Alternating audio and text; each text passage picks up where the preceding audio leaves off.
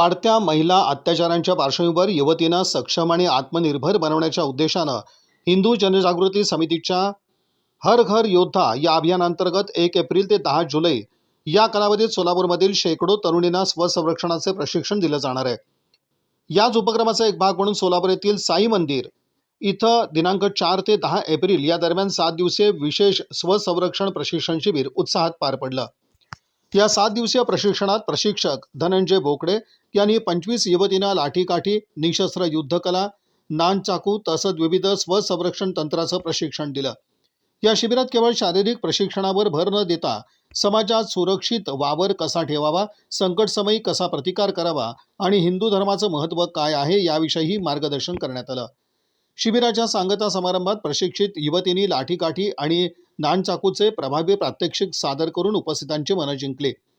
कार्यक्रमाच्या शेवटी सर्व सहभागी युवतींना प्रमाणपत्र देऊन सन्मानित करण्यात आलं।